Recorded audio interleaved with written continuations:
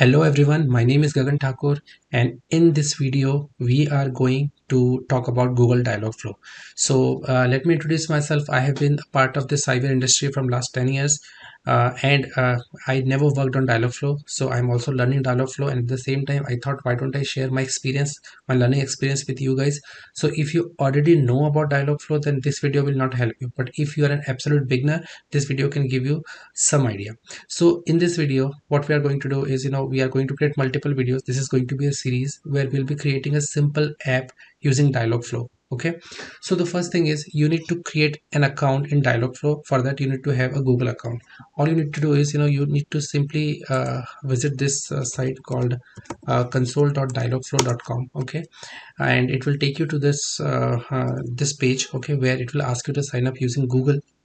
Then I'm clicking here. Okay, and I'm using this Google account. Okay, once you do that, you'll see that you'll see a page like this. Okay, it's straightforward.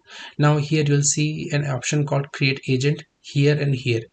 Now what is agent? So agent is nothing but, when we say agent, we always think of a human, but in terms of Google Dialogflow, agent is nothing but your bot or something which is going to talk to the customer. It could be your bot, it could be your IVR application, it could be anything. Okay, so that's an agent. Now another thing is Dialogflow. If you go to the official documentation of Dialogflow, you'll see that Dialogflow comes in two variations: Dialogflow CX, which is advanced, and Dialogflow ES. For this tutorial we are going to use ES, which is essential.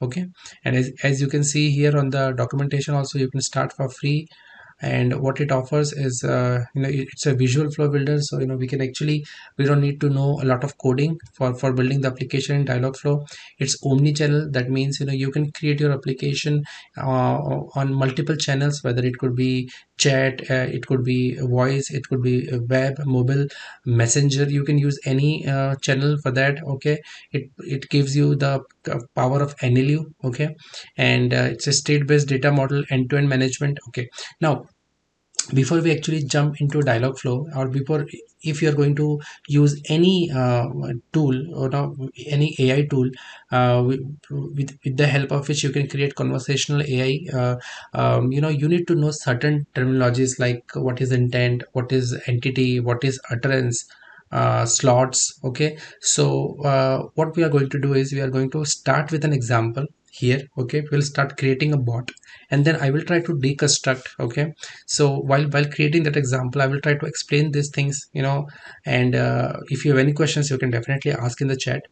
And by the way, I'm learning this thing from a course on LinkedIn Learning, so that's the same example I'm going to use here only. Okay, now we need to create a new agent. Okay, so you can click here, or you can click here also. So let me click here, and now because we are creating a pizza bot, so I'm just going to name it pizza bot. Okay, you can name it anything, and then the language is EN, because we want to support English for now. Okay, and you can select the time zone, whatever. Let's say I just want to let me see if I see anything for India. If not, I can go with anything right now, because that's not a priority. So let me go for Kathmandu for now. Let's see. Okay, and then I'll say create. Now it will take some time, few like a second or so, to create the pizza bot. Okay, and once it is created, we will start putting certain things in that. Okay, so in this first video I'll keep it short, where we will simply put certain functionalities. Okay, now, so this is how it looks. So if you see, once you create the bot, the agent pizza bot, you'll see this is the interface it looks like. So it is divided into three parts: the left one, the middle one, and the right one. Okay, in the left one, and you can see that we are using Dialogflow Essentials, ES, not CX. Okay, now in here, this is the name of the bot. Okay, and now here you will see EN is stand for English. Now you can see here intents, entities, knowledge, fulfillment, integration. Okay, now so let me quickly talk about what exactly are these. Okay, so intent is nothing but why you are calling, or what you're trying to accomplish. So let's say, in the layman's language, that when you go to book a ticket, okay. So you will say that, I want to book a ticket from say Mumbai to Goa, for example, okay. So what is the intention behind that? The intention behind that whole sentence is you want to book a ticket, okay. So what the book a ticket is going to be the intent. Booking or book a ticket is going to be an intent. Intent is nothing but what is the intention behind what you're trying to achieve, okay. If you go to a restaurant and I say, can I have pizza, okay. What you're trying to do, you're ordering pizza. So if it's a restaurant which only serves pizza, your intent will be order pizza. But if it's a restaurant which serves food, your intent would be order food, okay. So what is your intention is the intent. Now, when so when we get the intent, after that, there are certain things we need. If you say I want pizza, okay, is that information enough for me to order pizza for you? No, right? I need multiple informations, like what size of pizza you want, what kind of crust you want, what kind of toppings you want on that, whether it's a veg pizza or whether it's a non-veg pizza. So there are certain information I need to accomplish that task.